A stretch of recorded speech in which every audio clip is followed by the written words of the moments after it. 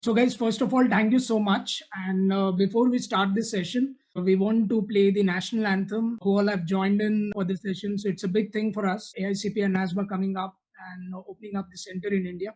So, just for a minute, we'll have the national anthem and then followed up by our event. Team, can you please play that? Thank you so much. जनगण मन अधिनायक जय हे भारत भाग्य विधाता पंजाब सिंध गुजरात मराठा द्राविड उत्कल बंगा विंध्य हिमाचल यमुना गंगा उच्चल जलधि तरंगा तव शुभ नामे जागे तव शुभ आशीष मांगे गाहे तव जय गाथा जन गण मंगलदायक जय हे भारत भाग्य विधाता जय हे जय हे जय हे जय जय जय जय हे. Thank you so much, team, for playing that. That just sets up the momentum of the event. Guys, I'm Shripal Jain. So I'm the co-founder of Simandhar Education. So I'm a qualified chartered accountant and a US CPA. So today I have Colin Conrad, who's the executive vice president of National Association of State Board of Accountancy with us. In absence of Patricia, Colin Conrad would take up this session now, followed up with Kyle and then Joe Master. I'd highly request the participants to put up the questions in the Q&A window rather than on a Zoom webinar chat. We'll take up all the questions on the Q&A window, and accordingly on time to time, we would unmute some of them and so that you can ask your questions accordingly. Thank you so much for joining in. I can see a lot of participants who are today joined us with us.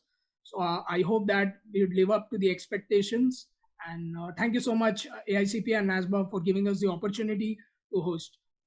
Over to you, Sangeeta, to just give a brief about the profiles, and then Colin could follow. Hello everyone. Let me give a short intro about our speakers. So I'd like to extend a very warm welcome to our speakers from AICPA and NASBA.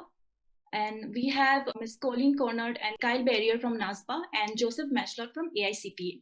So I'd also like to welcome the off-camera panelists. From NASBA, we have Thomas G. Kenny, Zaid Good-Owens, Elizabeth Good-Owens, and Alison Harper. And from AICPA, we have Mike Horan and Kevin Gote. I would also like to thank our volunteers and attendees for joining with us for this webcast on earning the US CPA license. Let me give a brief about our speakers. Colleen Conrad, she is the Executive Vice President and CEO of NASBA. Next, we have Kyle Barrier. He's been with NASBA since 2009, and he's currently working as the Manager of International Evaluation Services, and he oversees the day-to-day operation of NASBA International Evaluation Services. And we have Mr. Joseph Matchlott with us. He's currently working as Senior Manager, Content Management with the AICPA examination team since 2006. He has 20 years of accounting experience and began his career at PwC. He joined AT&T and World Headquarters at E-Trade Financial and Management position in accounting. As a lead CPA on the AICPA examination team, he has served in various roles, including staff liaison of AUD subcommittee and business owner of simulation development for all sections of the exam. Most recently, Mr. Matchlott was the lead for the practice analysis, a research project designed to document the scope of entry-level practice, as well as a serve to the foundation for the exam's validity and legal defensibility. Our speakers will take over the webinar in some time. Meanwhile, attendees, please put your questions in the Q&A window only. We'll take the questions from there. Kindly don't put any questions in the Zoom chat. I'd also like to thank our volunteers who will be asking questions from time to time. Thank you, speakers, for taking out your time from your busy schedule and giving us the opportunity to host AICPA and NASBA today at Simandhar Education. Now, I'd like our speakers to take over the webinar. Thank you. Terrific. Kyle, if you could go ahead and share the slides, we'll get started. And first of all, again, I'm Colleen Conrad. Patricia Hartman, who is going to be giving this presentation, got sick at the last minute. So I am kind of filling in for her here. So I appreciate your patience with me as I pick up the slides. But what we're going to do, I'm really excited about the opportunity to share information with you today. In the United States, we would say we're going to be hitting you with the fire hose. We're going to be sharing a ton of information to you. And we know that you may not pick it all up the first time, but we're also going to provide resources where you will be able to go and follow up and get more information. So we are excited that we have the ability now to offer the U.S. the ability to take the CPA examination, the US CPA examination in India.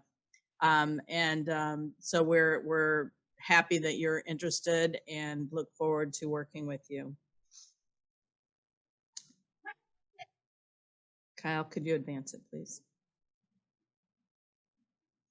So here's a brief overview of what we're going to cover. Like I said, it's a lot of information. We're going to talk about the administration of the exam, how it's given, what are some of the requirements, and what's on the examination, very importantly, how to study. It's important that you consider how you're going to go about studying for the examination, and review course providers like Simandhar are those that are there to help you navigate that.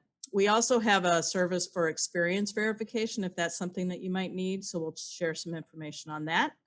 And the licensing process. And like I said, candidate resources, places you can go to get more information.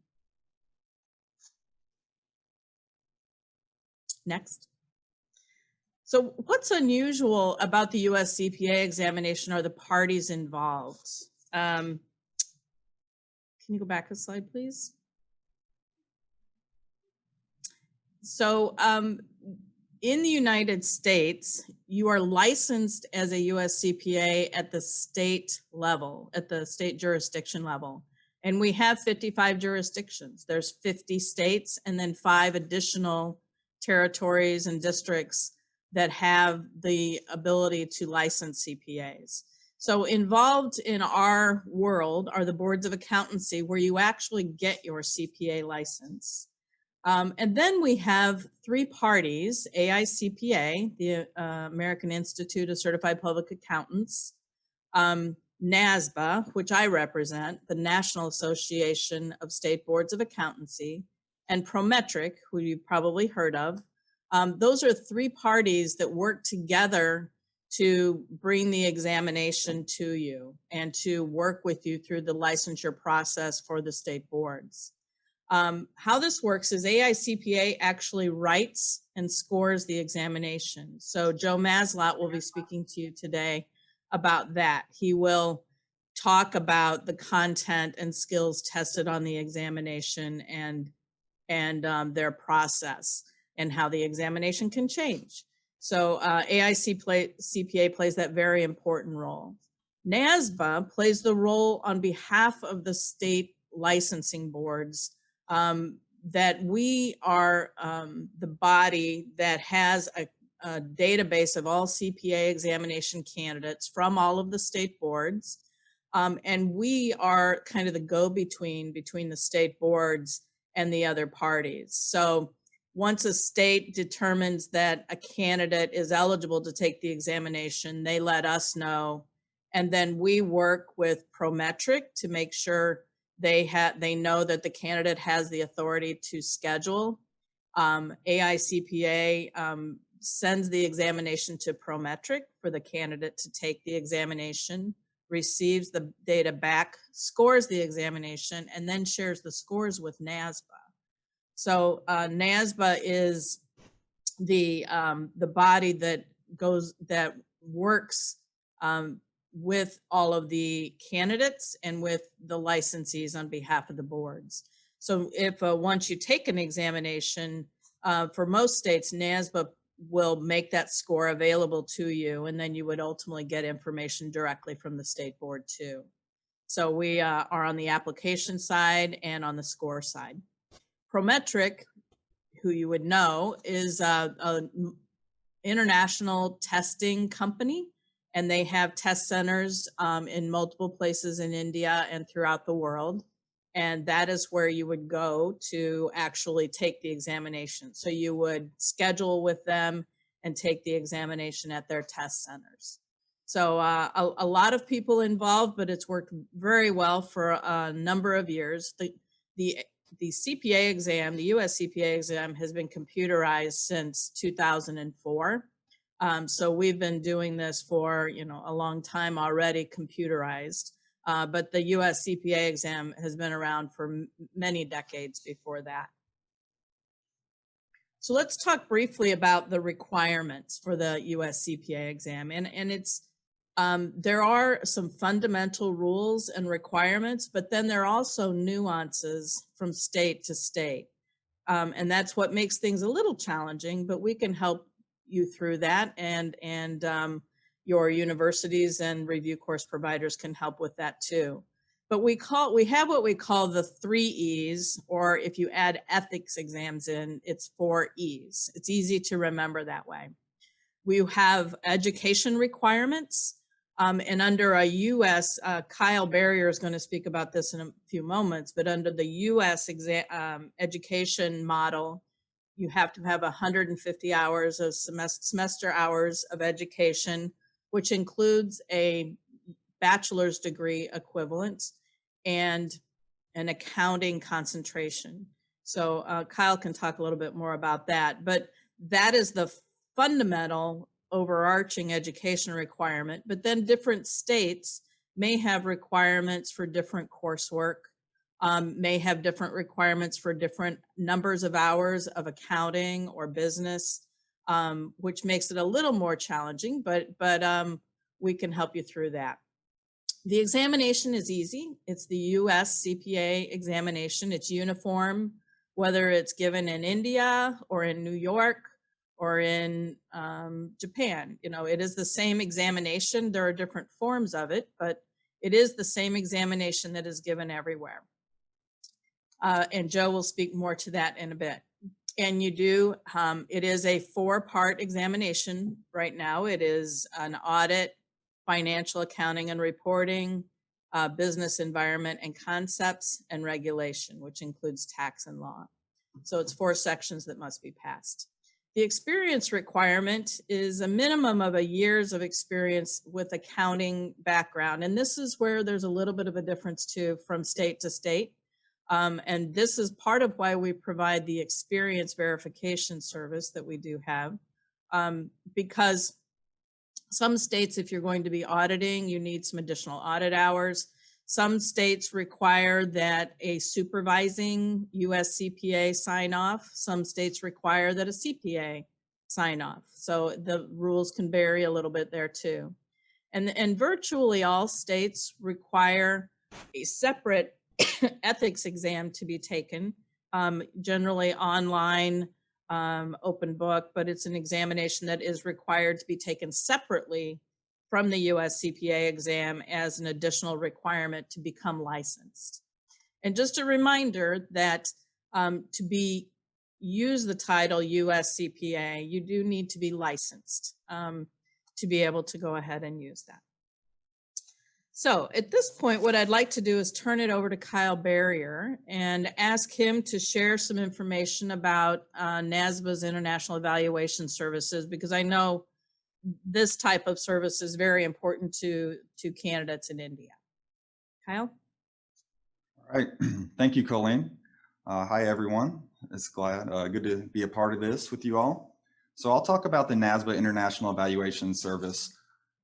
All jurisdictions require an international evaluation report for candidates that have higher education outside of the United States. And that's where we play a role. We'll take that education and equate it to the US equivalents, put it on an easy to read report, and then send that to the jurisdiction. This is a high level overview of our process. So it starts out with you, the candidate, applying for the service, submitting your documents to us, and I'll touch on that in more detail later in this presentation. We check over the documents, make sure they're authentic, we research the credential, and we convert it to the US equivalents. We do a course-by-course international evaluation report. As Colleen was talking about, each jurisdiction has specific education requirements They may have different type of accounting requirements, and our report goes into that detail. We'll look at what type of accounting you completed, what type of business you completed, and put it on that report that's customized to that specific jurisdiction.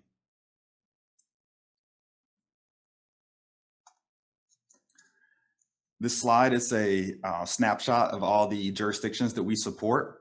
So with NIES, we have 52 jurisdictions that accept our evaluation reports.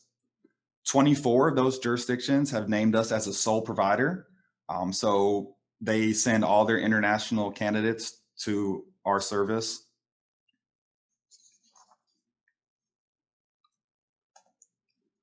So let's talk a little bit about the India process. So once you've applied for the International Evaluation Report, you've gone to the NASBA website, you found the NASBA International Evaluation Services, submitted the payment online, and created your user account with NIES. You need to have your official educational documents sent. And we do have slightly different requirements depending on the country. So for India, what we want to see, we want that higher education. So anything above the grade of 12 from the higher secondary. So starting with usually the bachelor level, we would want those annual or semesterly mark sheets from the university. And the reason why we require those for the majority of schools, it's a more detailed document. When we do our course by course evaluation, we have to put the equivalents of the higher education in India into the US system, where in the US system, we use the semester credit. So we have to convert those credits from India to the US semester credit. And sometimes the consolidated transcripts, they may leave out some compulsory courses that affects how we weight and distribute credits. So that's why we have the requirement for anything at the undergraduate level. We want those annual or semesterly mark sheets from the university. We want the degree certificate as well, so we can see that you obtained that degree. I know in India, you get the provisional or passing certificate prior to the actual convocation certificate. And so we do want that convocation certificate. However, we realize the schools, they may not issue that convocation certificate as fast as schools in the US do. So if that passing or provisional certificate is within 2 years from you completing the program, we would accept that as well. And we also may need the syllabus or syllabi for several courses to determine the content, so we're correctly categorizing those courses.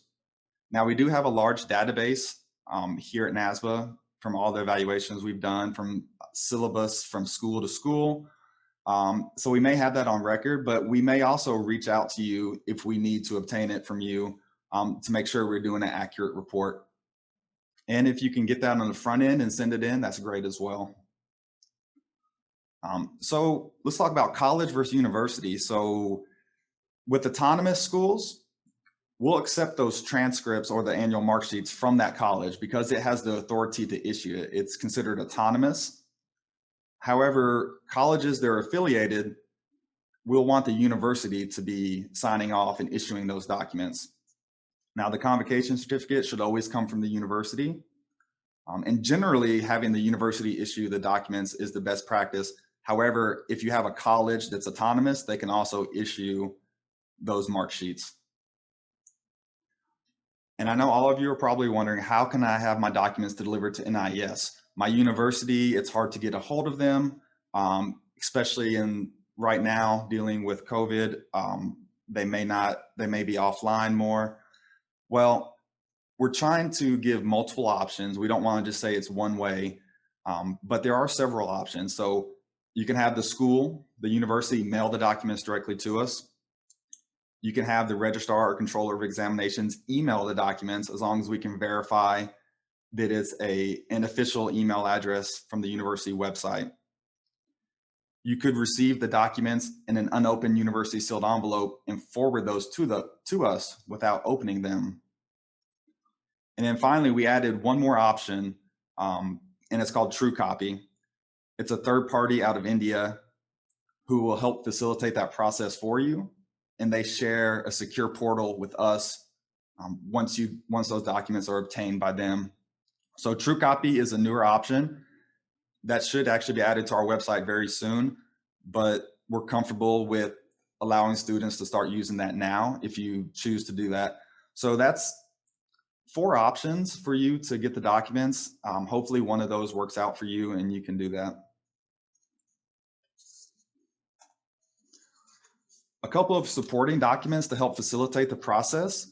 I know Shripal and his team, they use this cover letter and application checklist. It's very helpful. If you're mailing those documents to us, including this cover letter, it helps us ensure that we're matching everything to your NIES account and that the process goes smoothly. And then we also have the request for academic records. You can find this on the NASBA website, on the NASBA International Evaluation Service requirements page. You can download it from our website, fill it out and submit it to your school and help facilitate that process for having the school send the documents to NASBA. So let's talk about the education requirements. As Colleen mentioned, each board is different with their education. The jurisdictions may require a different number of accounting hours. So if you qualify in one jurisdiction, it may not exactly be the case in a different one if they require, let's say, 36 accounting hours versus 24. And so I just put a few examples. This is not a comprehensive list, but what we see when looking at a jurisdiction's residency requirement, looking at if they require a social security number, and other items, we've found that more applicants are going toward these jurisdictions that have higher education outside the US. For example, I know Washington, they do not have a residency requirement. They do not require a social security number for exam or licensing. They require a US bachelor degree equivalent or higher. And they require 24 semester credits in accounting and 24 semester credits in business. And that requirement is the same for examination as it is in licensing. Pennsylvania has a nuance where for their accounting requirement, they accept finance courses, business law. So you have a higher, candidates may major in finance and not have as many pure accounting courses, but they're having finance courses count toward that accounting requirement. So that's just some of the nuances. We go from board to board. You can see that in their education requirements and their rules. And also a good resource if you want to research board requirements. NASBA does have the accounting licensing library, as we call it, ALL. It's just a tool. You can purchase a subscription. You can do a one-day subscription or you can do a month by month, but you can go into that and you can research requirements for each board. You can actually run a search if you're looking for a specific type of education requirement, maybe something with experience. It really covers a lot of things. So if you're interested in that, I put the link out here and you can check that out. So let's talk about meeting the education requirements. So we talked about the 3 or the 4 E's. The first one is the education. Before you can be approved to take the CPA examination, you have to have a certain amount of academic education. And so with the Indian education system, it is a bit different than the US. We generally have a 4-year full-time bachelor degree. A lot of bachelor degrees in India are a 3-year program. Then that can get you into a possible master degree, maybe a postgraduate diploma. And we do look at all those credentials and we do combinations for India on our international evaluations reports. So looking at, let's say, a 3-year BCom or BBA, if you go on to complete an MBA or an MCom, then generally if it's a 2-year master program, 3-year bachelor program, that's 5 years of higher education, building on each other in a sequential order in the same type subjects. We're consider that equivalent to a US bachelor and master degree as well. If you completed a 1-year postgraduate diploma, that would give you 4 years of higher education. We would consider that equivalent to a US 4-year bachelor degree. So there are a lot of combinations. I know I've worked with Shripal on many scenarios and he advises you guys pretty well. So if you have any questions about that, I'm happy to help. So chartered accounting, it's something that depending on the organization, we indicate that on our report. And it's something, it's not a, you can't throw just a blanket over it and cover everything. But if you're an Indian CA, there's likely that you have a lot of options to potentially take the CPA exam. So that is something that we consider on our reports. We'll look at it. If you have ICAI, ICWAI, ICSI, you know, I don't want to give blanket coverage for all jurisdictions because we can't do that, but it's something that we consider. And Shripal and his team can help advise you on that as well.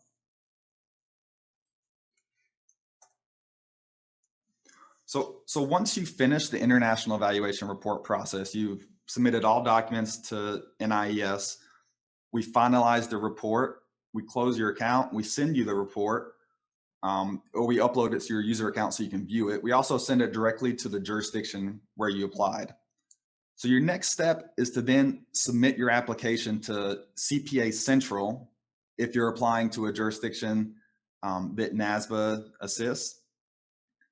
There may be a board that processes those applications themselves, such as California or Oregon.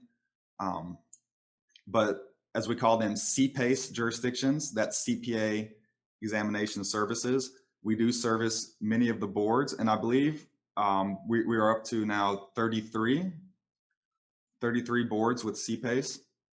So you submit your application, they determine your eligibility.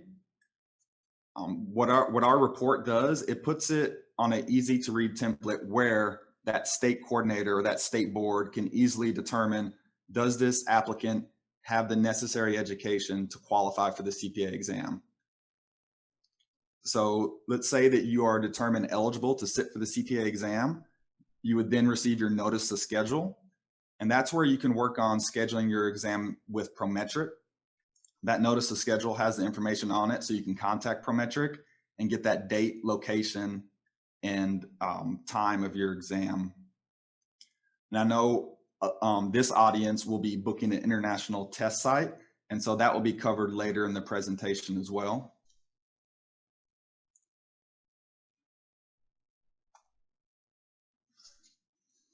All right, thanks, Kyle. So going back, this is a very important document. It has kind of scoop to nuts everything you need to know about the CPA exam and the process. It's called the Candidate Bulletin, and this is what it looks like. It's electronic, so you can just pull it up on the internet and page through it and read it. In fact, we require that anybody, before they take the examination, read this document. But it's a very good place to go to understand the process and how things work and the important things that you need to know. So you can get to this, you can just type, you know, CPA exam candidate bulletin, and I'm sure that would take you to it. But you can also, it is housed on NASBA's website, so NASBA.org. And it's a great document. If you're thinking about doing this, it's a great document to look at. Also want to share with you, this is a shot of the CPA exam launch page from the NASBA website that, as you can see, there's a lot of words here, but it contains a lot of information, a lot of links to information about how the exam works. There are links to where you can go and take sample examinations. You can learn about what's on the examination through the links. And there's just a lot of great information. So here's where you can get to the candidate bulletin and where you can ultimately, when you're going to apply to states, you can come to this spot and then click through to the information you need for each state. So please, this is a great place for you to spend some time looking at information too. So once Kyle explained that you have to apply to a jurisdiction first, that's kind of where you start. And so once you've applied and you've been approved to be a candidate, then you have to register your NASBA account back through the NASBA website through CPA Central. And it's a single sign-on process that you would work through, and our website will help you understand how to go through and do that. Kyle, if you can go on to the next slide. This is where you're going to come to find out the status of your information.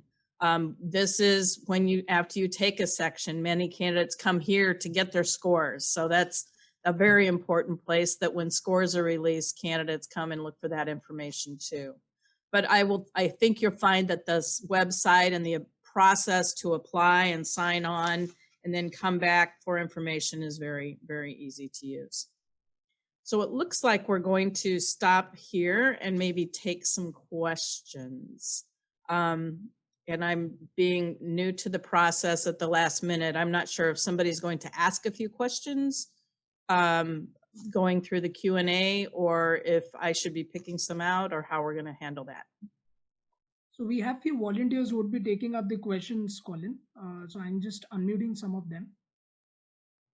Okay. Shanti, can you please go ahead? Yes. Thanks for the information, panelists. Now here the first question. What are the measures AICPA and NASBA are taking to overcome the barriers for the exam, like prometric system shutdown in between the exams sometimes, and the safety measures during the COVID? Yeah, actually hold on to that thought, because we're going to have another part of this presentation. We're going to cover some of that information. So let's hold that one for now. Yeah. We have another question. There is a misconception happening in India that CPA is ticket to US. So it would be great to hear from the panelists about how the CPA helps for the Indian students, and it is not a visa to US. So yeah, the US CPA, first of all, we want to be very, very clear that a US CPA license is not a valid license to practice public accounting in India. That's the Chartered Accountant license.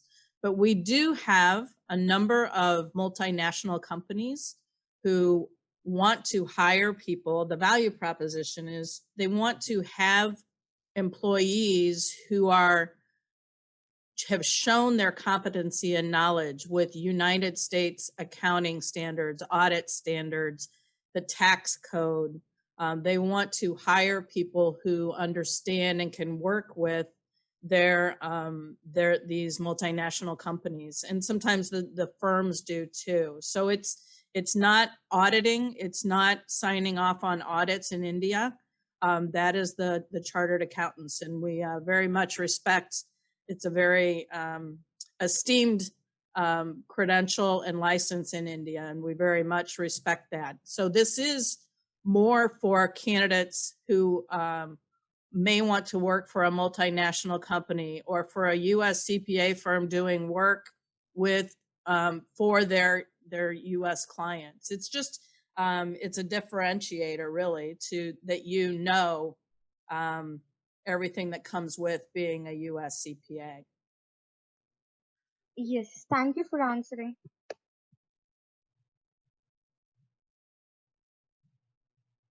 I'm just unmuting Bhavya there. Bhavya, please go ahead.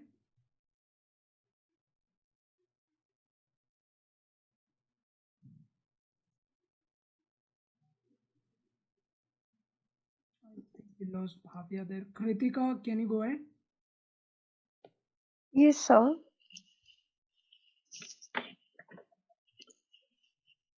So, ma'am, I have this question.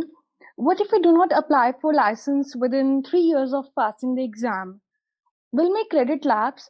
If so, is there a possibility of extension in the timeliness? Yes.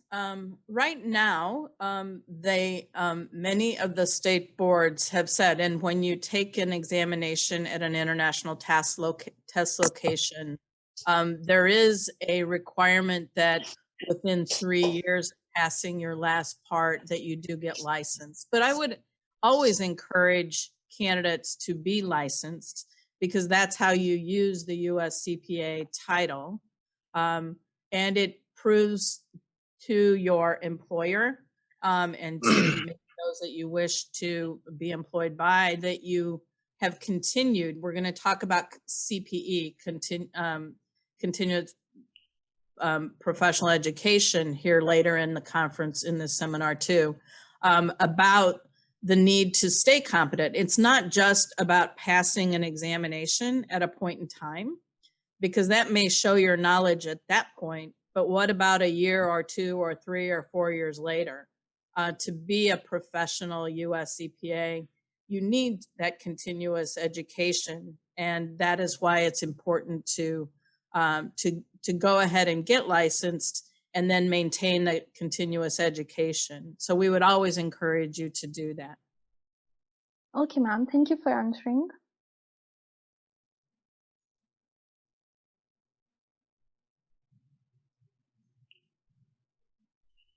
I'll just take up some questions in the Q&A window with respect to the evaluation. So one common question which comes up is, what are the documents they need to submit for evaluation? Okay, I can cover that one. And so I went over that with my slides to some degree. And so we want to be as detailed as possible with the evaluation. And so the documents would be the annual mark sheets or semester-wise mark sheets for each year they obtained. We want the final degree certificate. And there may be a time where we need that syllabi as well. And something new that we've done is we've allowed TrueCopy to share documents with us. So I hope that takes and eases some of that burden for working with the schools to try to get those documents issued. It's a pretty new thing that we just launched. So if you're having difficulties working with the university to get those documents, TrueCopy may be a good option for you to try. I know they've got a lot of contacts with the universities. You won't have to courier the documents, across to the US. We share an electronic portal. So I'm really hopeful that that's something that can help out some of the candidates in India.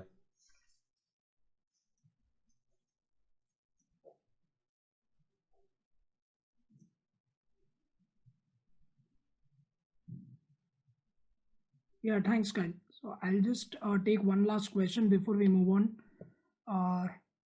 Radhika, I've just unmuted you.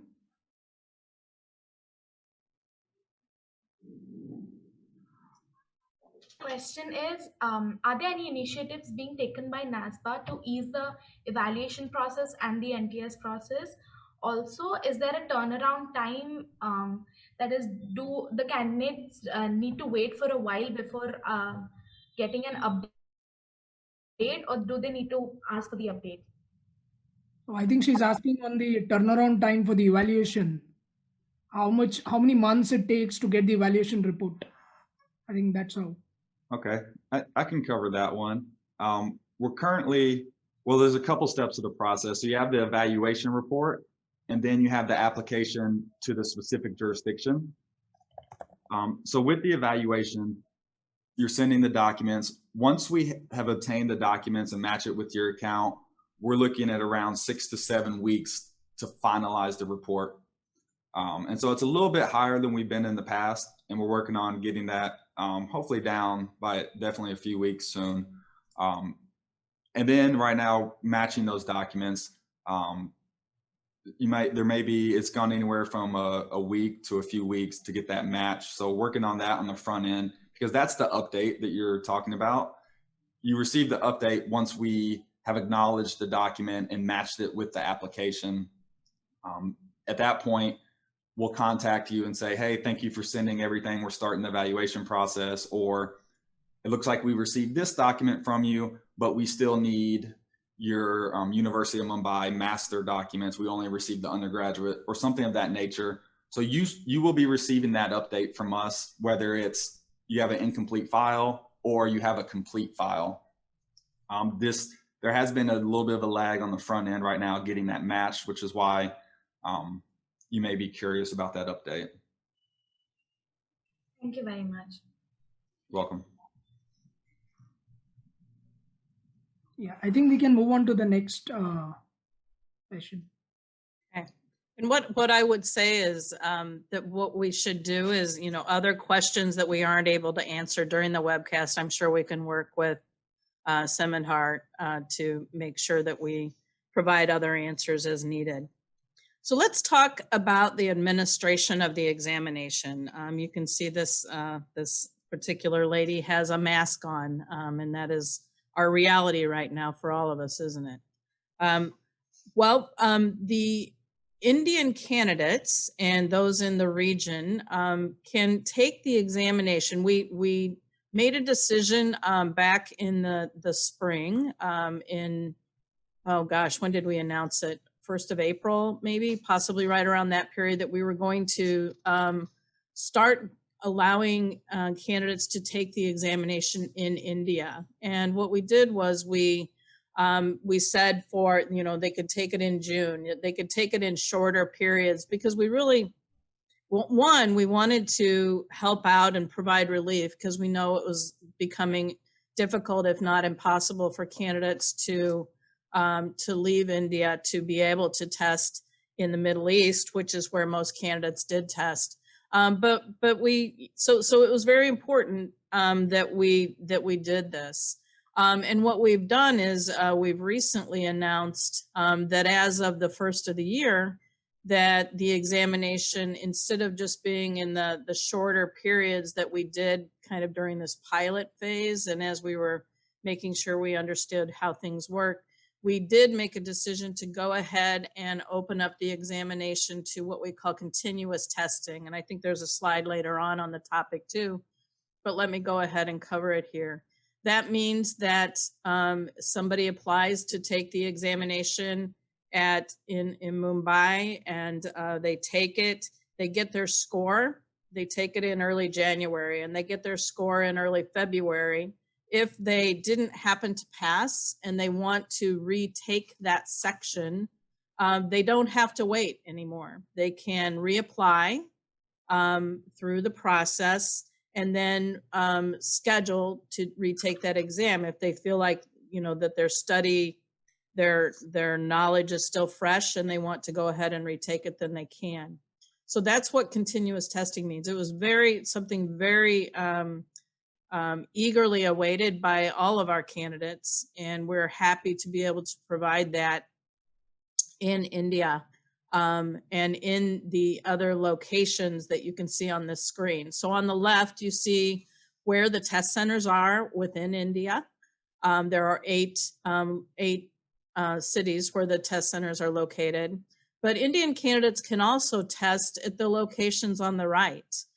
Don't forget that. I saw somebody put a question in about, maybe they started their examinations in the United States, but then went back to India. Yeah, sure, you can do that. You don't have to go to the same test center to take each section of the examination. So if you are going to be in London and you want to take the examination there, you can. You see several locations in the EU and the locations in the Middle East too. We did recently, in case you didn't notice, recently announced that candidates can now take the examination in Egypt and in Jordan.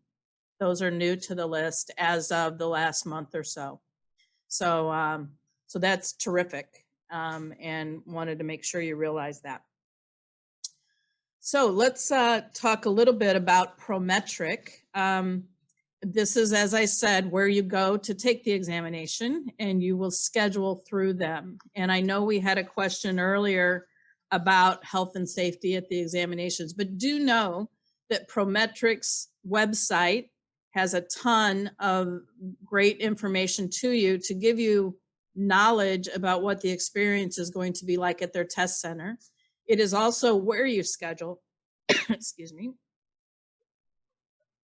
So, and their scheduler is set up in such a way that you can look over a period of time and you can look in areas. So if a test, I believe the capacity is good right now, that if you need to test, that Prometric has made sure that there's a lot of availability of test sites and hours and days, so you can get in and test. Please make sure and look at their site.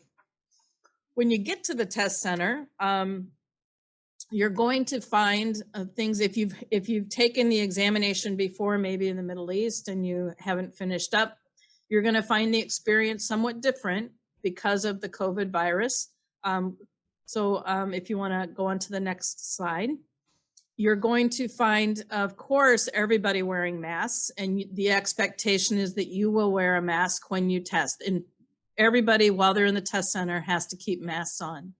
And I think at first, maybe there was some concern about testing with a mask on, but I believe everything that I've seen on social media, that we're all getting used to wearing these masks, and just make sure and wear one that's very comfortable to you so you can test. But the check-in process has changed. There's limited number of people allowed in the lobby. And there's a very rigorous process that they go to ensure social distancing during check-in. You'll find that some of the measures, the things that have happened in the past, maybe you would have handed somebody your ID. Now you may not hand it to them. You may just show it to them. So things like that will be somewhat different at the test center. But I will say, and Kyle, you can go on to the next slide, that Prometric has taken this very seriously. They have worked with experts. Johns Hopkins University and Hospital here in the United States is one of the premier hospitals giving advice to those in the United States about what are the best practices. And they are complying with all of the World Health Organization and US Centers for Disease Control guidelines. They follow local guidelines. So if a country or a county in the United States or a city has certain requirements, then they follow those. And they're obviously wanting to protect you as candidates, and they want to definitely protect their employees too. So they have taken strict measures, and everything that I know is that that things have gone very well in that regard. So I would encourage you, and Kyle, if you want to head on to the next slide, to go to Prometric's website, because there's a lot of virus updates. They will tell you if test centers are closed or if maybe they're operating at reduced capacity. They will tell you, there's a video that shows the process to how to go into the test center, what the check-in process will be like, what it will be like as you're sitting there testing, and then how you exit. So I think it can give you much comfort in seeing that video to help you understand how they're working right now and what the process is. And then lastly, I mentioned this already, so I don't think I really need to cover anything here, but just reminder, continuous testing is coming to India as of the beginning of January. So from henceforward, the plan is to allow for continuous testing in India like we allow in other places too. So we're excited about that. And I think the next slide is questions, and I don't know if there are other questions we want to take at this point. And if so, I would turn it back to our hosts. I think one question, Colin, they have is the India Center permanent? I think it's a $1 million question currently for Indian students. So yeah. And here's my answer to that. I noticed there was an answer in the Q&A, and my answer would be slightly different. Is we have decided to allow testing in India on a continuous basis, and there's no end date. So at this point in time, we're very happy for the employers to know and the candidates to know that the CPA examination our plan is to continue to provide the US CPA exam in India on a go-forward basis. That's an amazing news. Thank you so much, Colin, because that would give a lot of clarity to the people who are watching. Thank you so much. Yeah. So I think we can move to the next session. Guys, who all are putting up Q&As, we are continuously answering. So a lot of them from my team are already answering there. So please don't put up in the Zoom chat. I request you again to put up in the Q&A window only. So my team is continuously answering that, and we have NASBA and AICPA also replying to those questions. I appreciate Terrific. So at this point, I'd like to turn it over to Joe Maslot, who was introduced at the top of the webcast, to talk about the examination itself and the content involved. So Joe? Thanks, Colleen. And thanks, Kyle, for flipping the slides for me. So I am Joe Maslot. I work for the AICPA. We develop and score the examination. I'll give you an overview of the basics of what we test, from the skill levels to the content. I actually have one of our sample items to share with you and how our blueprint relates to that item. And we'll give you some websites to visit that are really great as you prepare and learn more about the CPA. So exam basics, Colleen mentioned this at the front of the presentation.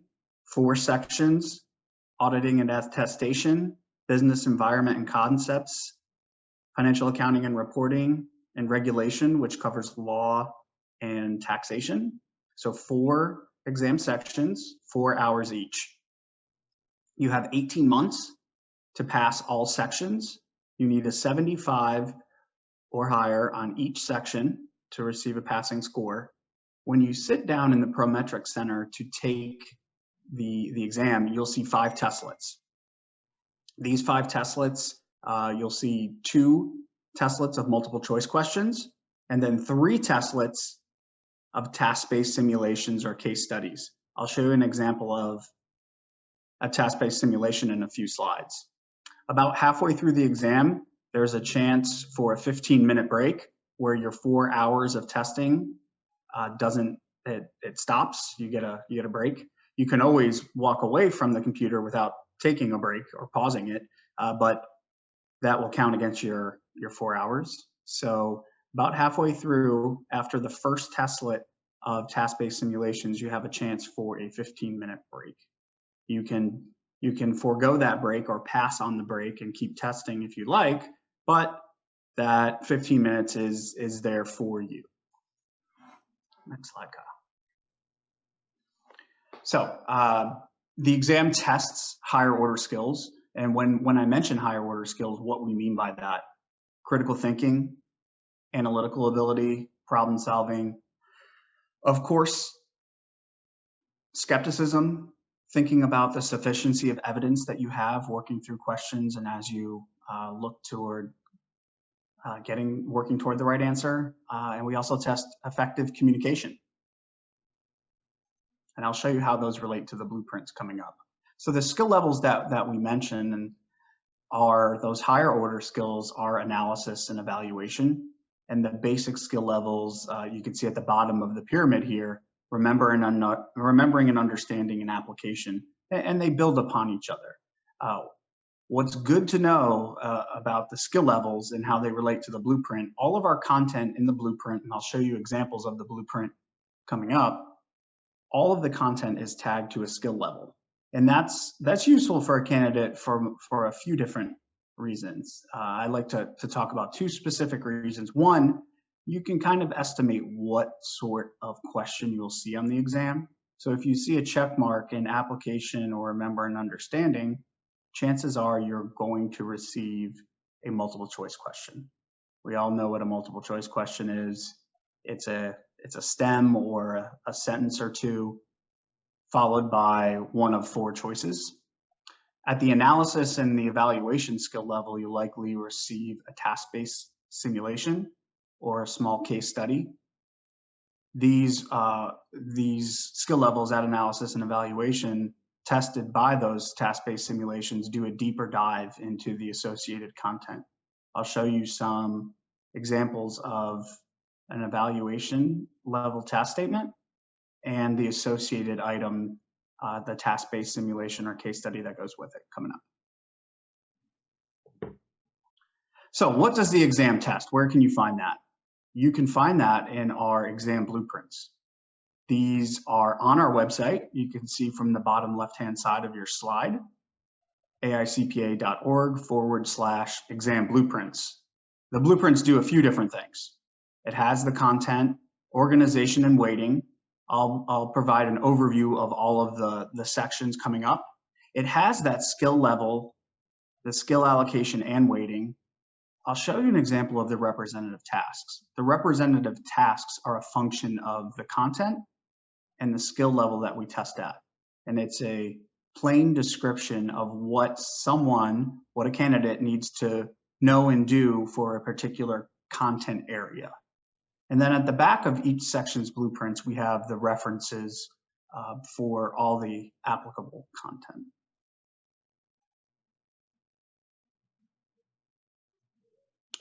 I'll go over auditing and attestation first.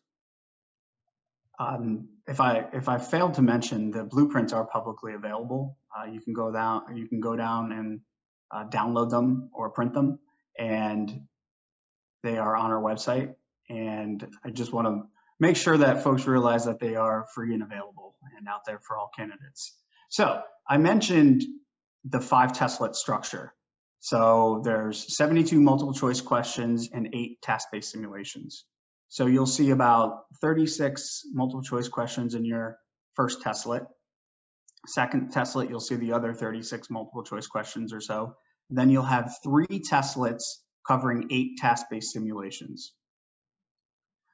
I'll show you an example of task-based simulations coming up, but audit covers 4 main areas, and you can see here the allocation on the right-hand side of the score.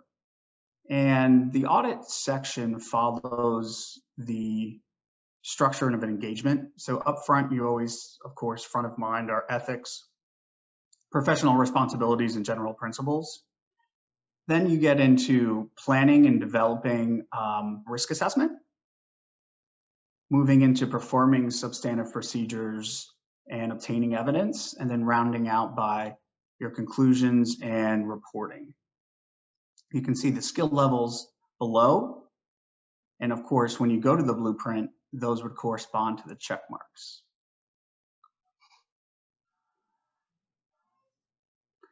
So we have an example here of the blueprints. Again, these are publicly available. You can go out and download them. We are in audit and attestation area 3. So the performing procedures and obtaining evidence. You can see we're going to talk about a task statement here that's in specific matters that require special consideration, and that's inventory and inventory held by others. And you can see from the task statement, this is actually an evaluation check mark. Observe the performance of inventory counting procedures, inspect the inventory, and perform test counts to verify ending inventory quantities. So if you saw a check mark in analysis or evaluation, as you prepare for study, you would have to make sure that you were able to do a bit of a deeper dive on this. And by that, I mean, next slide has an example of what one of our task-based simulations look like. So it might be a little difficult to see, but that's okay. You can go out to our sample test, download, and work through this item. Our sample test has examples of all sorts of our item types, both multiple choice questions and task-based simulations. I'll give you a brief overview here on how a simulation would work. So if your eyes go to the top of the screen, you'll see some of the resources. You have a calculator, you have Excel available, you have authoritative literature. So you could go to the US auditing standards and look up whatever you like. It's sort of like an open book test, as we call it in the United States. You have your sources with you. You also have a help screen. You can see from on the left-hand side is where we're asking you to do your work, and the right-hand side of the screen has all of the exhibits open.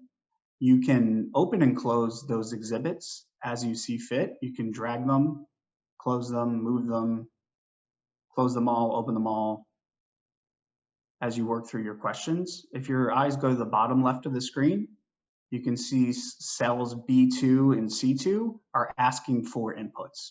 And that's really where you put your responses. Cell B2 is looking for a dollar amount. Cell C2 is looking for a justification, and that's actually a drop-down list. So you double-click in the cell and select from the list an appropriate response. As you go through task-based simulations or any item that has instructions, make sure you pay attention to the instructions. We spend a lot of time and effort making sure that they're as clear as possible, and they'll give you the necessary instructions to complete your item successfully.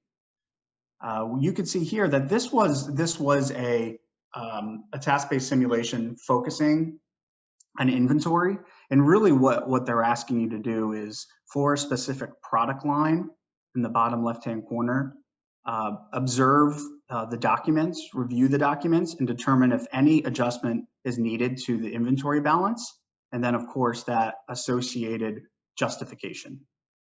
So there's probably 6 to 8 questions you have to answer here. That's usually the size of a case study or task-based simulation. Again, these are free on our website to go through, and they'll give you examples from all 4 of our sections.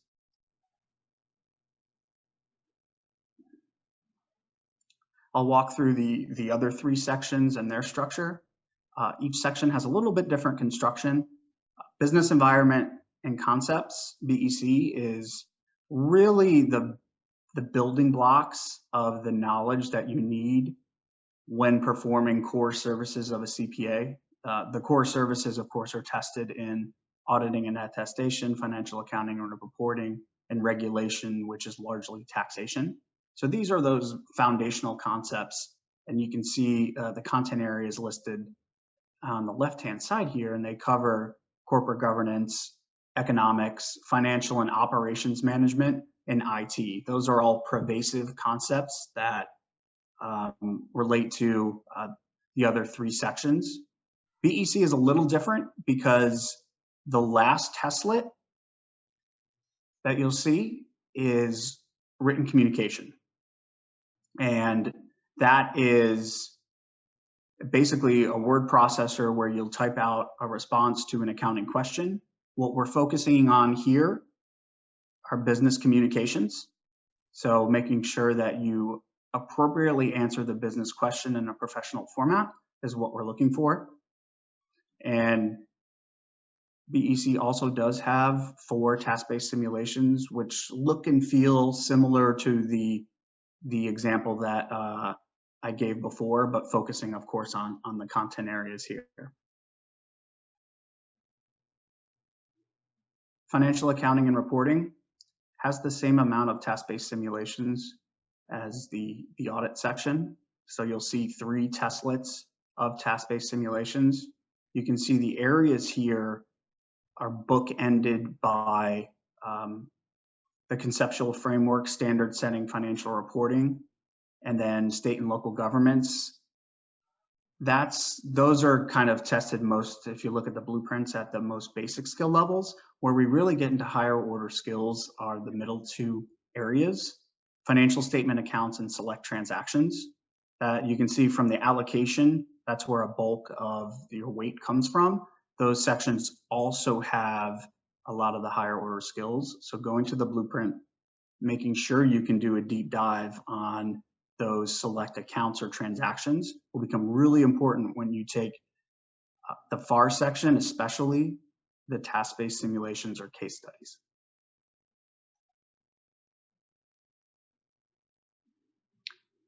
As Colleen mentioned, regulation, reg, as we call it, focuses on law and taxation. The taxation component covers the US federal taxation of property, individuals, and entities. We start off the reg section with focusing on professional responsibilities, ethics, and federal tax procedures. And in the mix here, you can see business law. Reg actually has the most amount of task-based simulations. Of multiple choice questions, same amount of task-based simulations. So you'll see 8 task-based simulations over the 3 testlets. You can see really the first 2 areas, ethics, business law, are tested probably more at the basic skill levels. The higher order skills are in areas 3 through 5. They're really the federal taxation of property, individuals, entities on areas 3 through 5 are absolutely critical.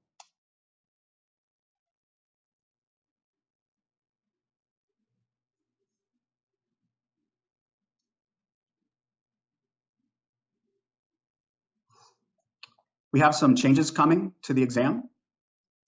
We just published the new exam blueprints. They're effective for testing July 1st, 2021.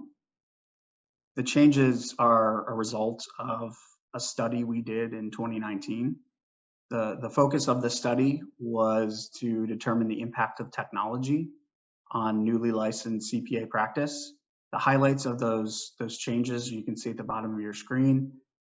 In audit and BEC, there's increased emphasis on understanding business processes, having a digital and data-driven mindset, including data analytics, and focus on service organization controls, SOC reports. You'll see here, and I saw in the chat about IFRS, because of the lack of convergence between IFRS and US GAAP, we will no longer be testing those differences. We don't see a time in the future where they're going to converge. Convergence largely failed. So there's probably not in the near future going to be overlap of those two. So we're removing the testing of IFRS from the section.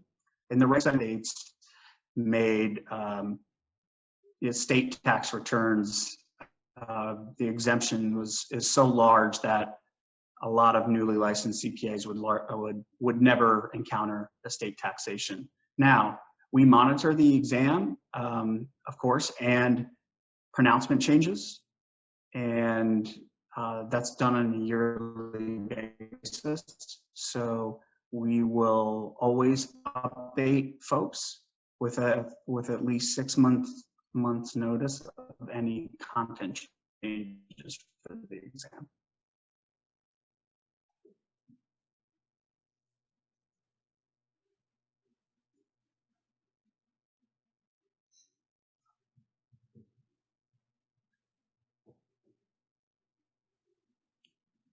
Importance of an exam strategy. So as you go through this process, having the end goal in mind is absolutely critical. Learning a really good first step. So going to, oh, I hear I'm breaking up. Hold on for a sec.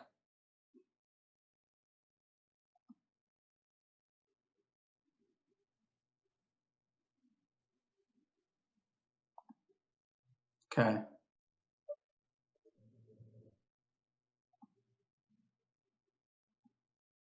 I hope you can hear me better now. Sound good, Joe. Thanks. Yeah, I had a little disturbance in my connection. So, importance of an exam strategy. I think that can really, candidates entering the CPA exam world, focus on the blueprints, making sure you really can address those higher skill level tasks. That's where you'll be asked to do deep dives or provide more responses on those content. So you go to the blueprints, learn about that, take our sample test, get a feel for the items. Also, sharing your journey with close friends and families can help. It's a big endeavor to take the exam. 16 hours worth of exams is a lot. So you can really, I would strongly suggest checking out our blueprints and going to the sample tests as first steps.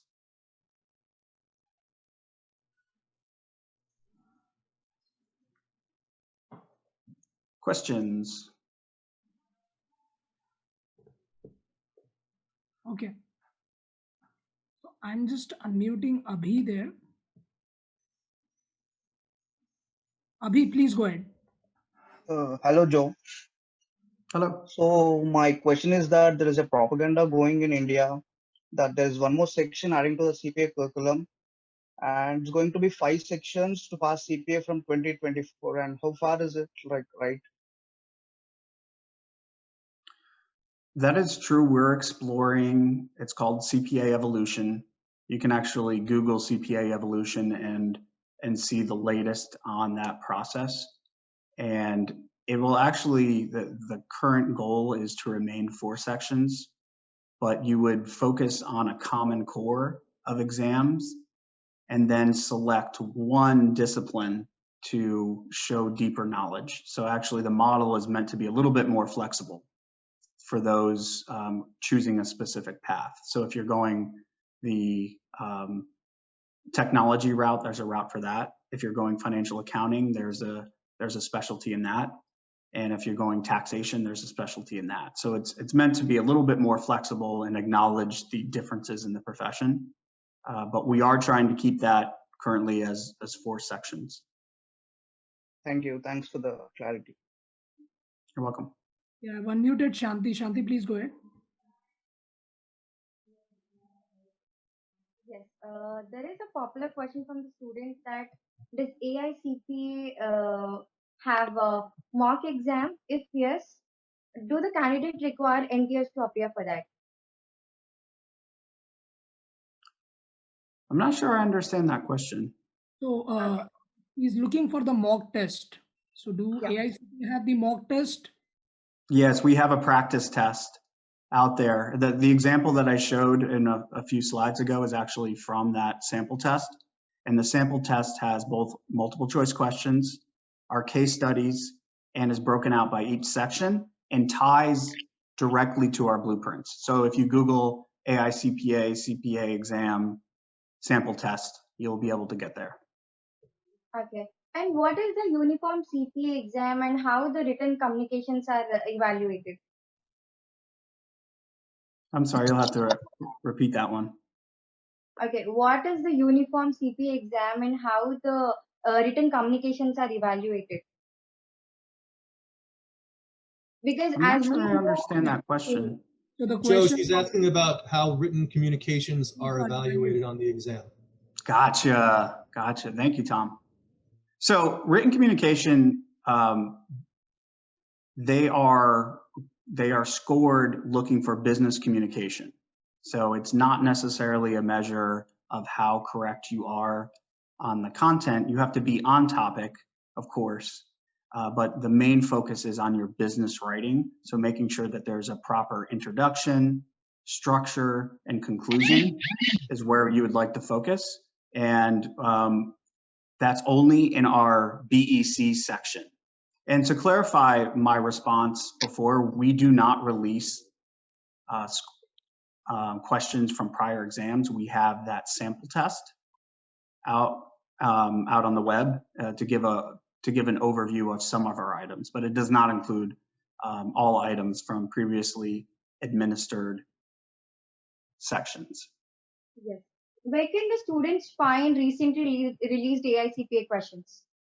We do not release questions. We do from time to time post them on our website. I think a year or two ago we released certain questions.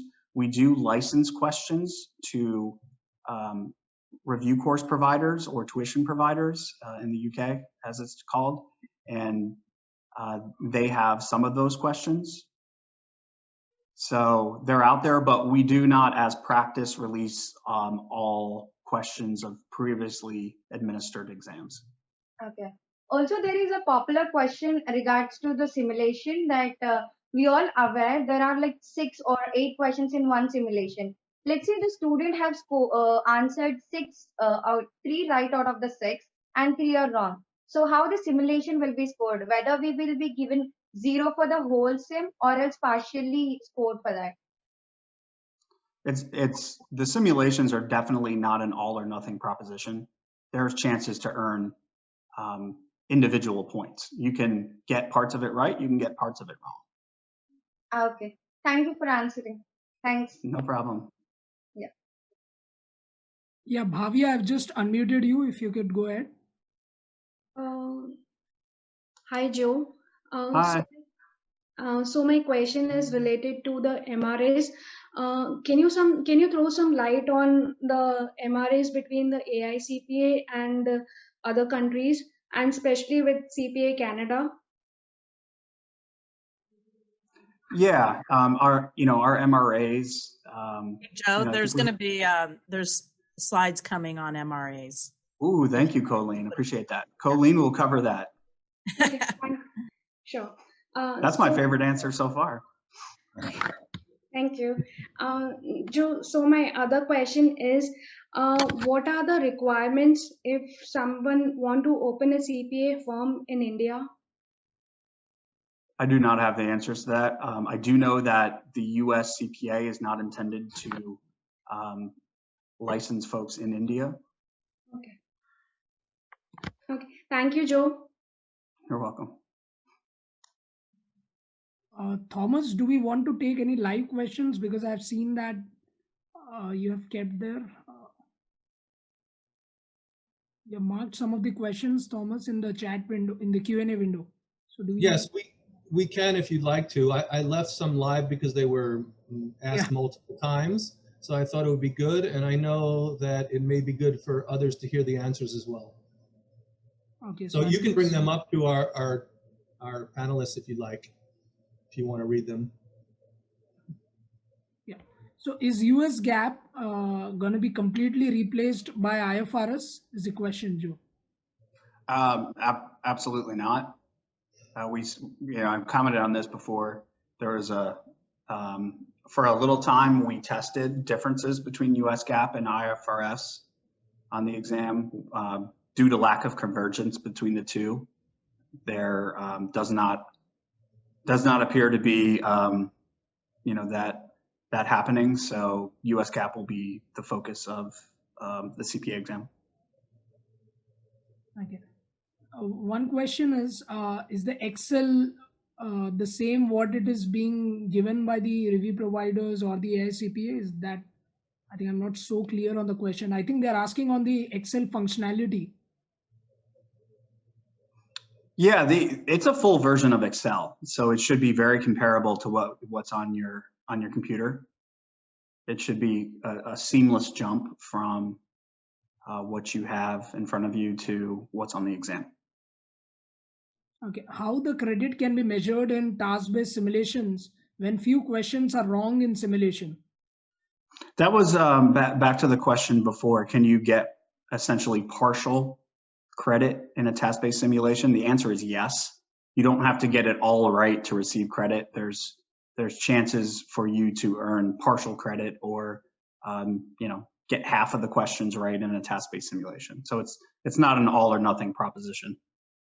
And one question is on the 18 months window, because once they pass, the score is valid for 18 months. Is there a possibility that we can extend that, or that is the 18-month window is the strict timeline which is given for each and every score which they pass? Yeah, the 18 months won't be changing. And when Colleen comes back on it, she can add her thoughts to that too. But that is not changing right now or envisioned to change with CPA evolution that I mentioned. Hey, Joe, I'll just go ahead and jump in on that. Great. Yeah, and remember, it is once you pass your first section, you have 18 months to pass the other 3. So we also do know, and keep your eye on it, on NASBA's website, depending on which jurisdiction, during this virus situation, depending on which jurisdiction, which state or territory you applied to, we have definitely been extending the 18 months. All the states did through the end of December of 20. Some have extended it a little further. So keep your eye on that. We have lists of all of the jurisdictions on our website if you're actually in process, and watch for that. Because notices to schedule and NTSs, there have been extensions of both, given some of the challenges with the virus, with the shutdowns of the test centers early on, and with some of the restrictions in travel and such. So keep your eye on our website for both NTS and credit extensions in the short term. Thanks, Colin. So the next question is is there any strategy to solve the simulation? So Joe, as we know, sims are the more tougher ones in AICPA. So what are some of the tips where they could do effectively or they can perform well in the simulations? There's various types of sims, like task-based simulation is one. We have the written communication sims. So they are looking for any kind of strategy where they could prepare well for the sims. Yeah, I think the first step, going to our sample test, looking at the different types. As you mentioned, there's the task-based simulation, which is kind of the example that I showed, which has both numerical input and drop-down lists. There's the written communication, which requires you to create a professional business response. There's also research questions, and you can go and see the research questions there. That's where you're asked to go to the professional literature, say in financial accounting and reporting, the FAR section, you go to FASB codification and find the answer to the question and provide the citation.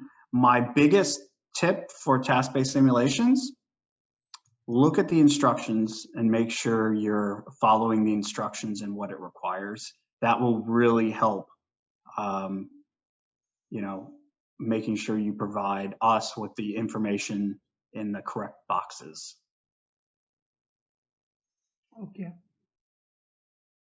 And some of them have a confusion on the ethics exam. So once they pass the CPA exam, so they need to write an ethics exam in order to get the CPA license. So they are asking, what is so is it mandatory to write the ethics exam? And if yes, how do they prepare for it? The ethics exam is dependent on what jurisdiction that you seek licensure in. And we have a few resources coming up on slides where we can point folks to look for the requirements and guides on preparation. Okay. So I think one last question. So Akash, I'm unmuting you. Akash, please go ahead. I think we are not able to. Yeah, so my question was the same for the ethics exam. So if it is mandatory to give the ethics exam? If yes, so how we can prepare for the same? Okay. Yep, and we have some slides coming up on that. I think that's it we have. So the rest we can take it in the Q&A window, Joe.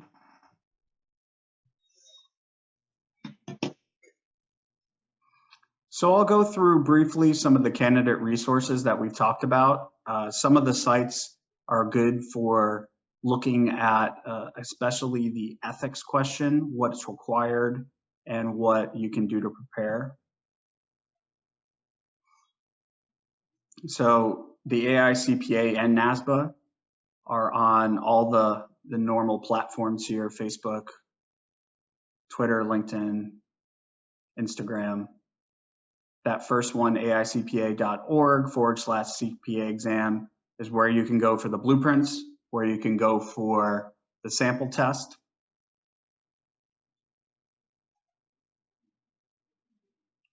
There's a screenshot there of AICPA.org. Again, it has the exam overviews, certain exam requirements. It has a white paper on how the exam is scored. It's a pretty quick read, and I'll give you a little bit of insight into how we score. I think it's pretty interesting. I suggest you take a look, and again, it's there. This Way to CPA is a great tool and can help with your questions on ethics, because it can break it down by the state or jurisdiction or territory that you're applying, what their ethics requirement is. Some have ethics requirements, some do not, and what they, and how to prepare for that. So I would go to thiswaytocpa.com.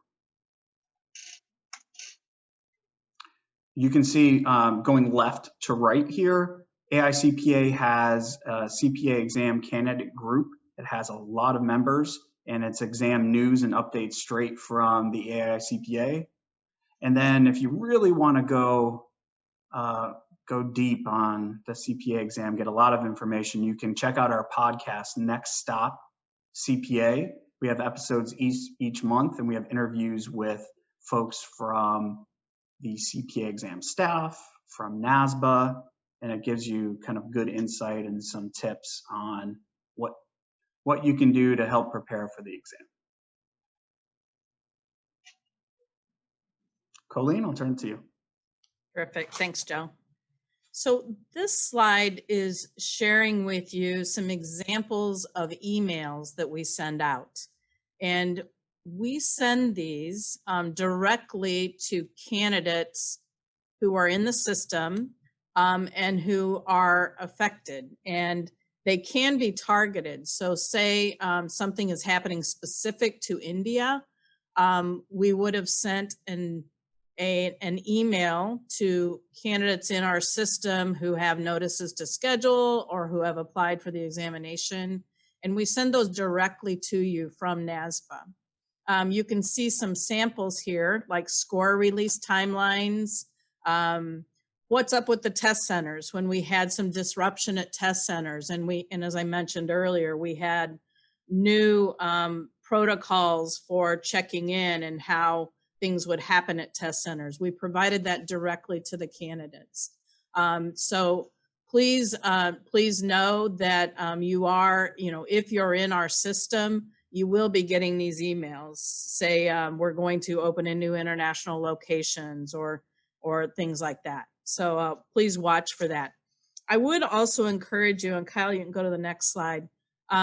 There was something put into the chat by one of our representatives at AICPA who talked about a website. You've heard several mentions of CPA evolution and what's happening with that, because the examination will be changing somewhat. It was mentioned, I think Joe mentioned earlier, we'll be going from a 4-section examination, still 4 sections, but everybody will have to take 3 core sections on audit, accounting, tax, with technology built in, and then they can choose one of 3 disciplines. So it's really great for those who want to focus maybe just in tax or just in financial accounting or maybe information systems or technology, that you have to be tested in a core, but then you choose one of 3 disciplines in which to be tested. Now, let me be really clear. This is not right now. This is an initiative we're working on,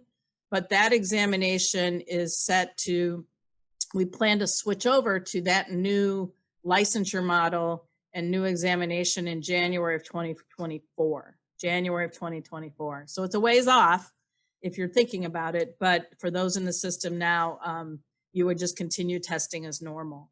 But there is a website, evolutionofcpa.org, that has lots of great information about that initiative if you want to learn more.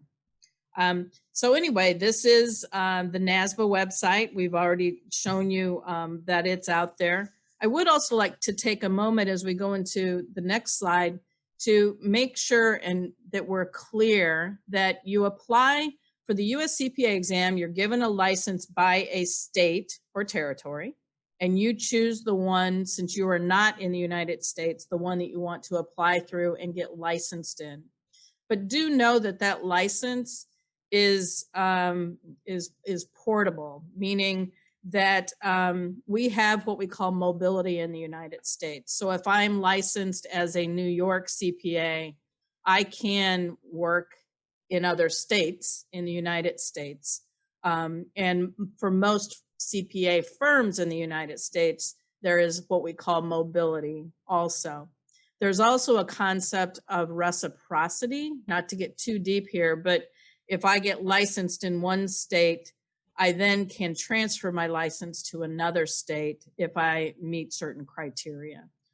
So I wanted to explain that getting licensed, choosing which jurisdiction you're going to be licensed in is important, because you want to match your education and your experience and your background to the place that is most appropriate possibly for you. But you are a US CPA. You're not a New York CPA. You're not a California CPA. You're a US CPA once you're licensed. So Somebody asked about mutual recognition agreements, and this is the slide where we were going to chat about that briefly.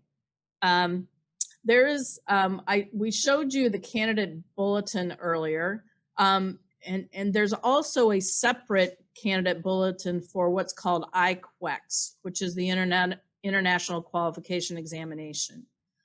This is, we have mutual recognition agreements with certain professional organizations in certain countries, and they're all listed on our website.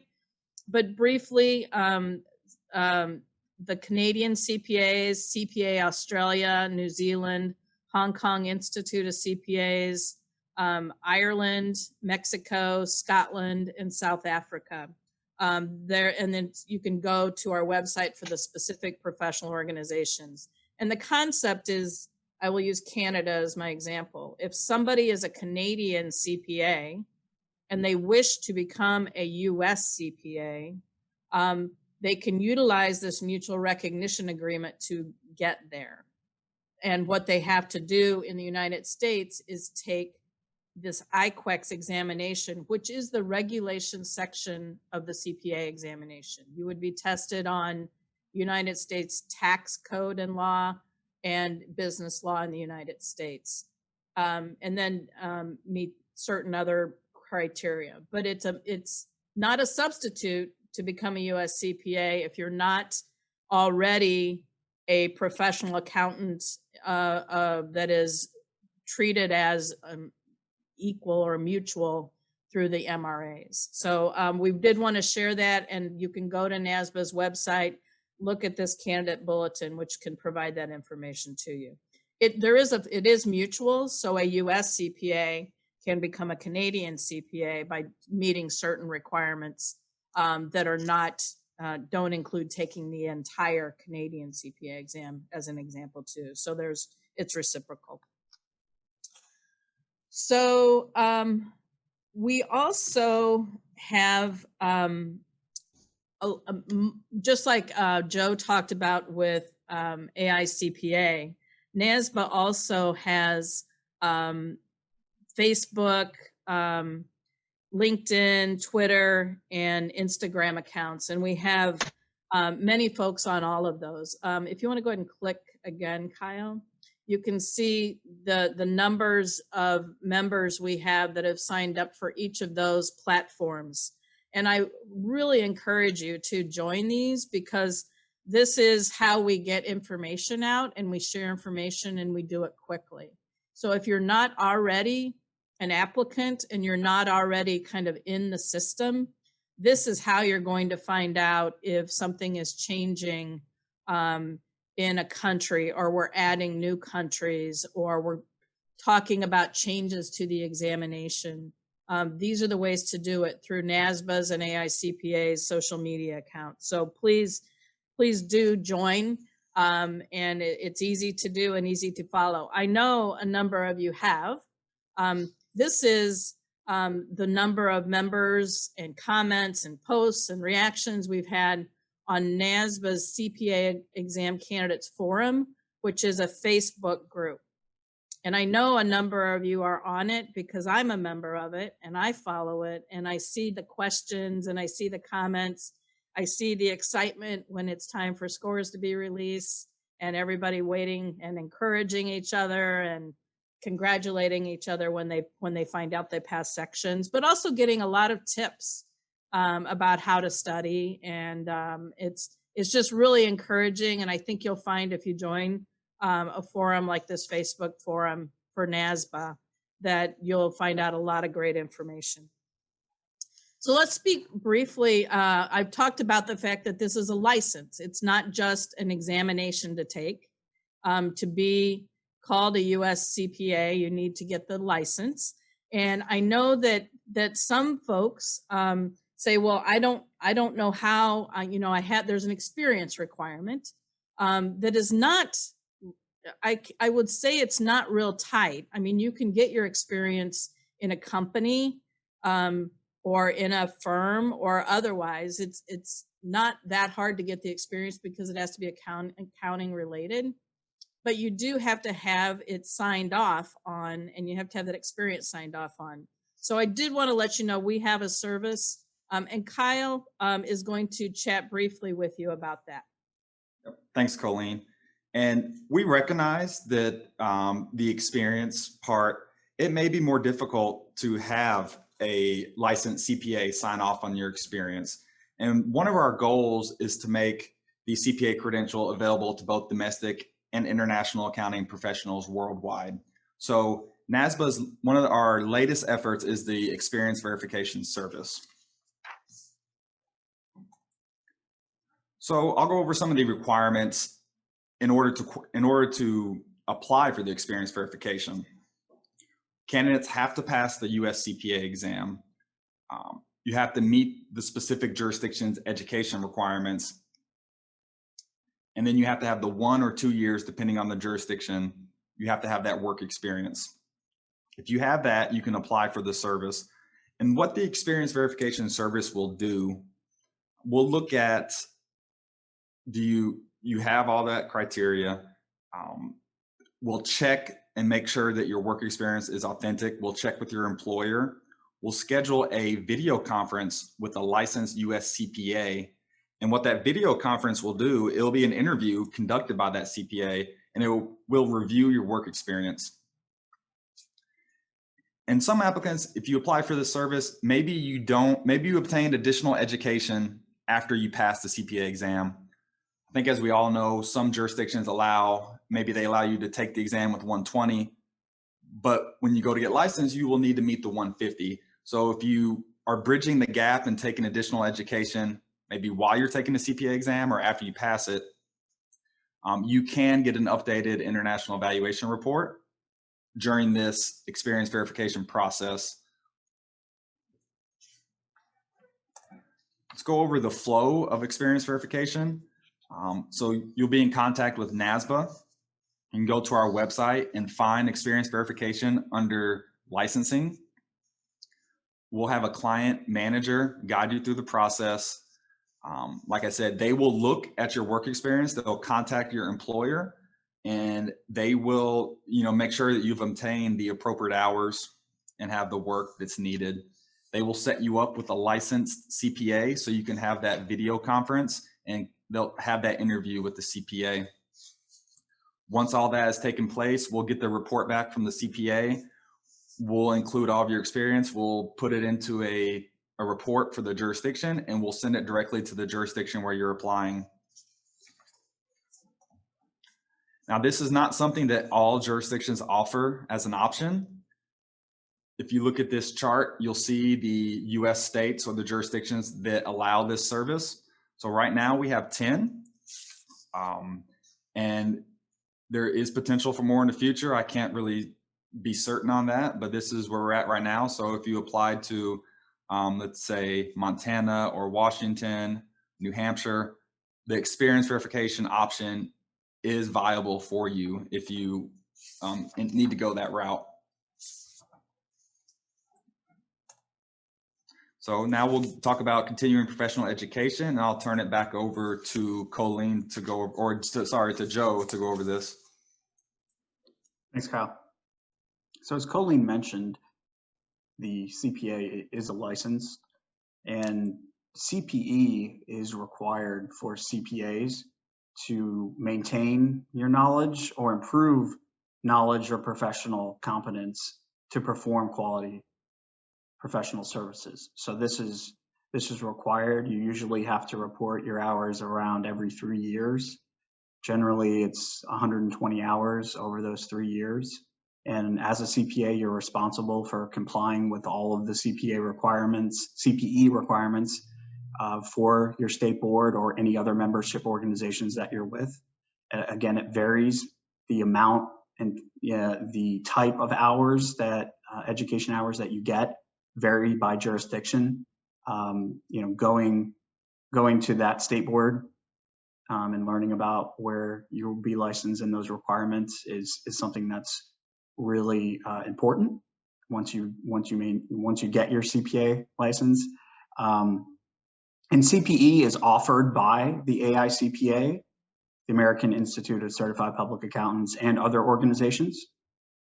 So they're readily available. A lot of the larger firms offer free continuing professional education. And talking about the AICPA develops and scores the exam, but of course we are a membership organization that looks out for the profession. And becoming a member has benefits.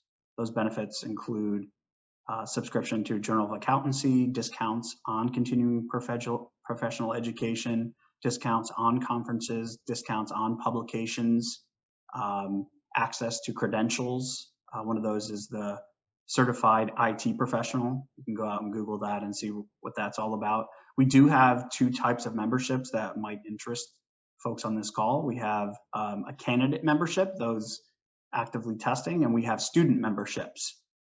And those memberships have a lot of the same benefits as a regular member. So I suggest going to our website and checking out those types of memberships. Turn it back to you guys for some questions.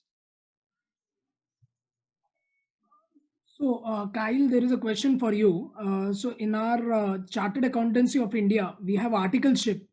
So, will that articleship of CA, specifically I'm taking with respect to Chartered Accountancy itself. So, we have a 3-year articleship requirement. So, will that be considered as an experience under the NASBA Experience Verification Services for CPA license?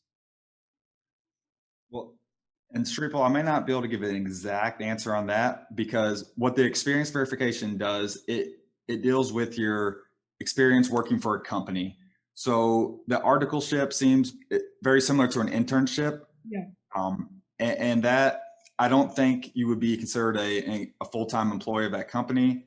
I would have to do some research on that and talk to Patricia on that and get back to you. And I can follow up in an email to you on that one, Shripal. Sure, guys. I would ask, we do have Allison Harper on, and I don't know if she would have the answer to that one or not. If so, if she would unmute. She may not. No, I'm here. Actually, that is a great question, and it all falls with what state, or I'm sorry, what jurisdictions will accept and what they won't accept. Example is there are some jurisdictions that will allow self-employment while others will not. So it would just be what the requirements are of what the board will actually accept. Okay. So there are still certain state boards where the articleship experience might be considered as an experience, at least. Okay. Joe, one question comes up is, if one gets 2 research questions in exam, does both will be scored, or one is a part of practice or model which will not be scored? You know, my general advice for thinking about questions that you think might be pretest or not, answer all questions to the best of your ability, because there's no guarantee that a question is a pretest question. They could both very well be scored. So I wouldn't worry about trying to figure out which one is scored or not scored. You know, you could get 2 research questions and they could both be scored. So always doing your best on the question presented is the best strategy. Okay. So Thomas have marked certain questions which needs to be answered live. So what happens if the 18 months period expires and all the modules are not cleared in 18 months? Is it possible to register and write again? You want to take that, Joe, or you want me to? Oh, go ahead, please. Yeah. Okay. Yes, it is. It's a rolling 18 months. So say you pass a section and your 18 months starts ticking, and you get 2 more of the sections passed in the 18 months. You only lose the 1 section that is outside of the 18-month window. So meaning if you your 18 months then really starts with the last section that the most historic section that you last passed. So you need to, yes, you can retake a section if you need to, but hopefully you will plan accordingly and not procrastinate and work very hard to get the exam sections done in a timely manner on a very, kind of a regimented process of study and testing. Thanks, Colin. Kyle, you have a question. Indian CA or ACCA are given credit toward the 150-hour requirement are equivalent to bachelor's degree, but they are not considered as degree granting bodies. On the other hand, 3 years degree like BCom from accredited university in India is considered as degree granting, but does not meet the 4-year requirement. How do I get around this? So do you mind repeating the first part of that, Shripal? I think he's telling that Indian CA, though they are given the credit, but they are not considered as a degree granting bodies. On the other 3-year degree like a BCom is considered as degree granting, but does not meet the 4-year requirement. So is there a workaround on that? Exactly. And that is a unique scenario. And that's why it's not a blanket thrown over all jurisdictions, because it's not something that all jurisdictions would accept as far as the CA.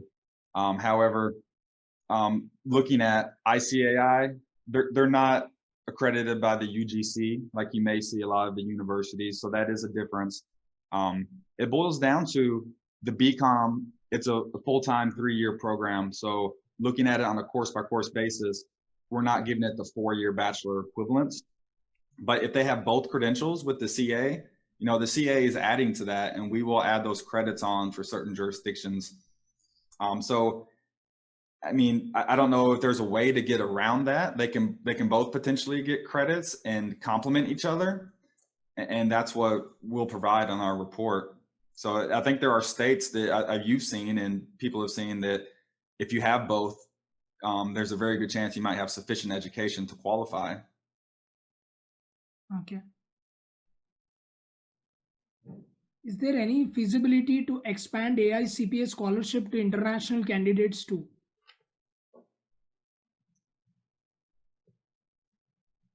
Colin or Joe? Yeah, I'm not familiar with the scholarship process necessarily. We can get back to you on that. Yeah.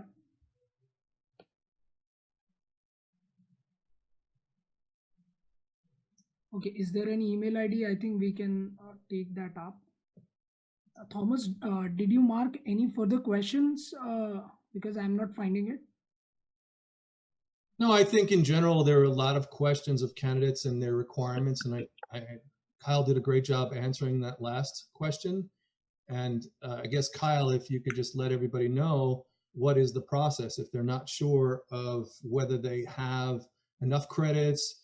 There are people that have not been to college for 15 years, and will that still count, and things of that nature. But what is the process for any candidate to start getting evaluated by NASBA for this? I mean, many of them are not sure if they even come close. So why would they, I guess, apply and spend the time, effort, energy, and money to do so?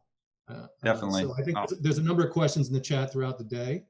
And if you could maybe go over that process, or maybe of what you've seen from candidates, and how you help them. Sure. And so we do get education from candidates going back into the 80s or even 70s I've seen in the past. And as long as that university was accredited at that time, that is still a valid education that's going to count toward the education requirements. So if it's 10 years ago, 20, 30, that's okay. That can still count toward the requirements. And that's why they have the 3 or 4 E's, because you still have to pass the CPA examination and you still have to have the experience in order to obtain that license. As far as getting started with the process, I know a lot of the review course providers, such as Simandhar Education, they are helpful with guiding you.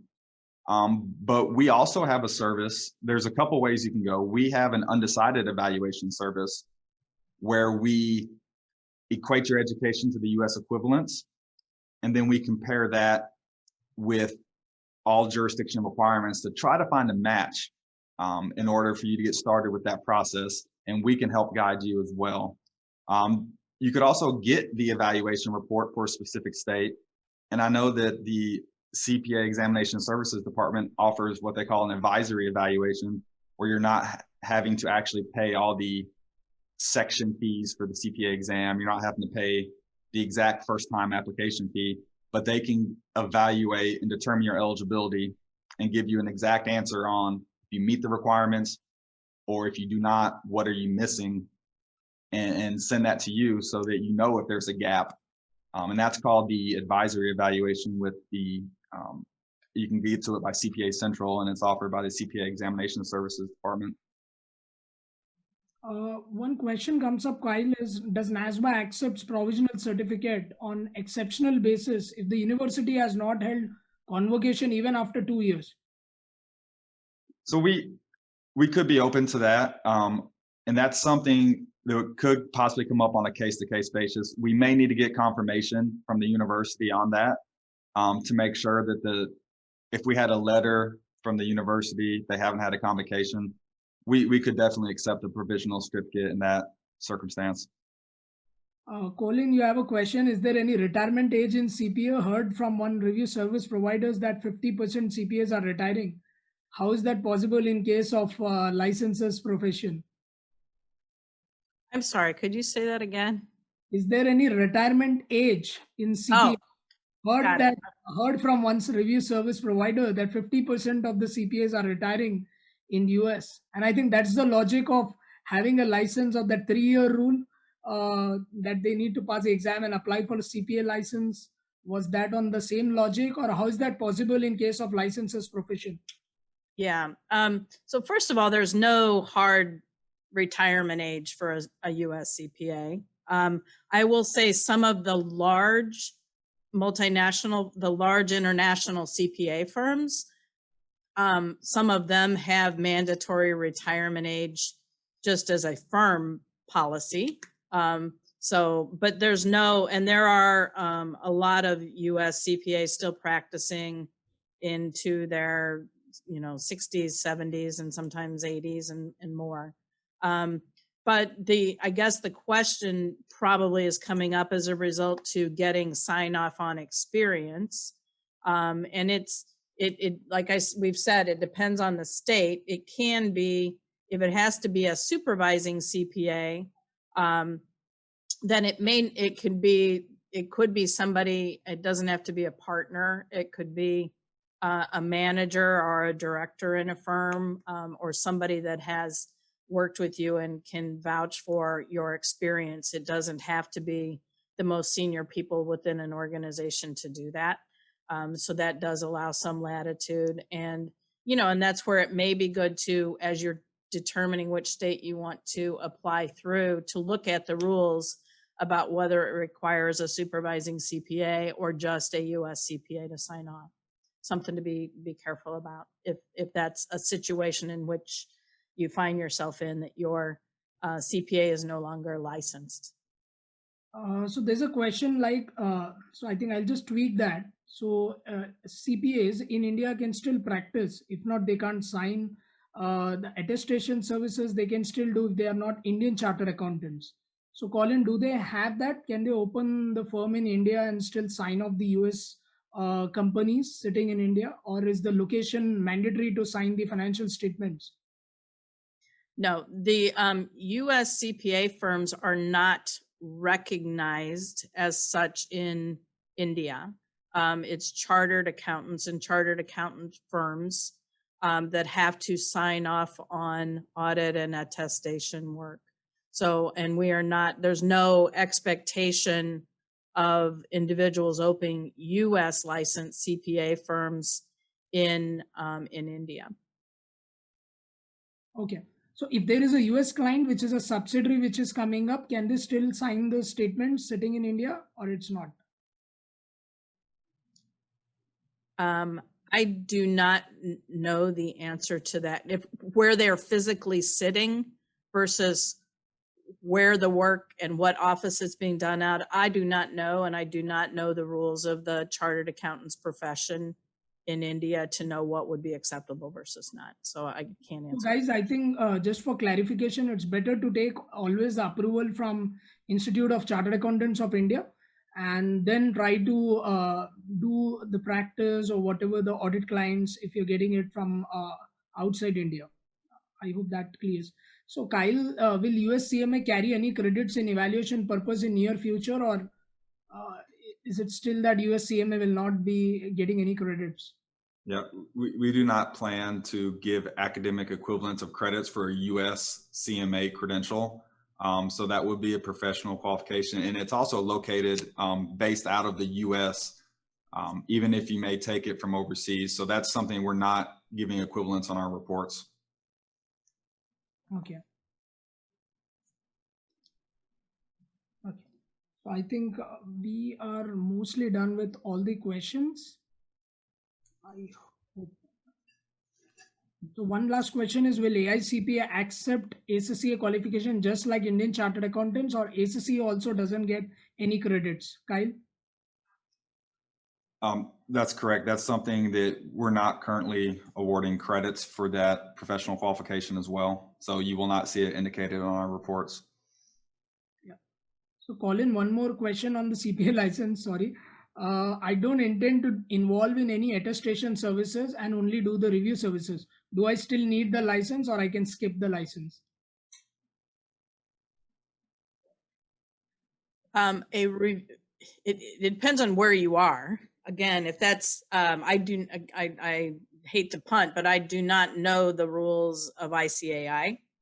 So if you're in the United States and you're providing review services, virtually all states require you to be a licensed CPA, because it's still in the United States, it's still an attestation. It's under that umbrella of attestation services, but I do not know the rules of ICAI. Like we have in ACCA, is there any portal from NASBA or AICPA where jobs are posted for CPAs and where we can meet the recruiters and the available vacancies? Joe, I do know, and I don't mean to speak for AICPA, but I do believe that AICPA has a job open position kind of portal that can be joined. I don't know the specifics of it, but I believe AICPA has something along that lines. Yeah, that's correct. Yeah. Maybe the Association of Institute of. Yeah, I believe it's on our website. Yep. Okay. So I think that's all we had, guys, from today for today. So any further queries or anything with respect to the specific evaluation services and all, please get in touch with the contact details and the email IDs which are given on this slide. So it was an amazing session, Joe, Colin, Kyle, and we just share the vote of, I think Sangeeta, please share the vote of thanks. Thank you. We, the entire Simandhar family, once again like to thank you, AICPA and NASBA, for giving us this huge opportunity to host and sharing the valuable insight with us. And special thanks to our volunteers, Abhi, Radhika, Kritika, Akash, Bhavya, and Shanti. Thank you so much, guys. It was great having you here. Thank you. Thank you so much, guys. Thanks a lot. You're welcome. Take care. Thank you, guys. Thank you so much. If there are any questions, we are already available on the numbers which have been passed into the Q&A window. Thank you so much, AICPA team and NASBA team, for giving your time. Thank you so much. I appreciate it.